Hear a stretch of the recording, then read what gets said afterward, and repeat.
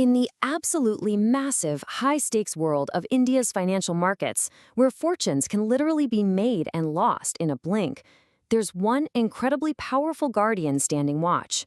Today, we're diving deep into the story of the Securities and Exchange Board of India, or as you probably know it, SEBI. I mean, just think about it for a second. We're talking billions of dollars, millions of people's life savings, all moving at the speed of light. It's really the biggest game in town.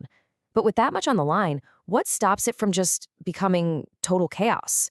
Who's there to make sure there's a level playing field for everyone, from the huge financial institutions all the way down to the smallest retail investor?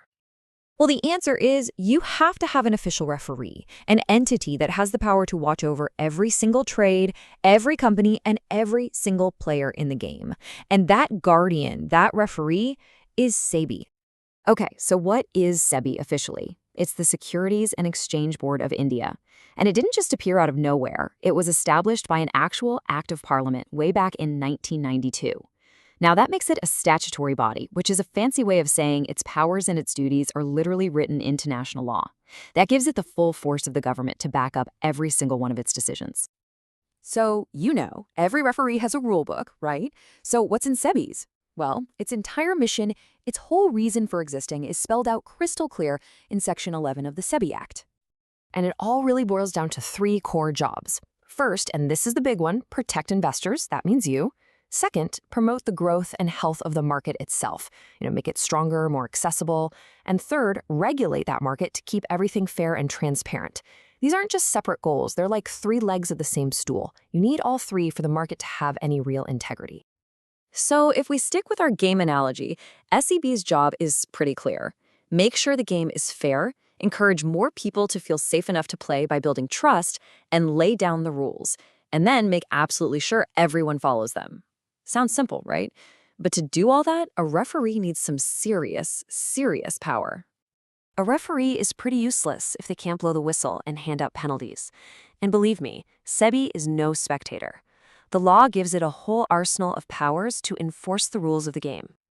And we are talking about serious powers. SEBI can literally suspend trading in a stock, basically calling an immediate timeout for that company. It can ban people from the market entirely. That's a permanent red card. It can launch these deep dive investigations, freeze your assets, and even attach your bank accounts. So make no mistake, when the rules get broken, the consequences are very, very real.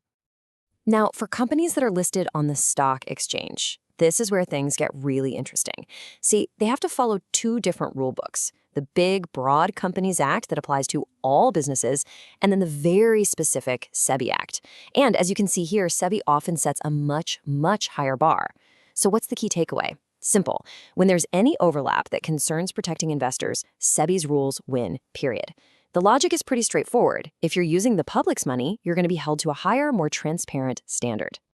Okay, but what's really fascinating is seeing how all this power actually plays out in a real-world high-stakes fight. So let's look at a case that truly defined just how far SEBI's authority could go.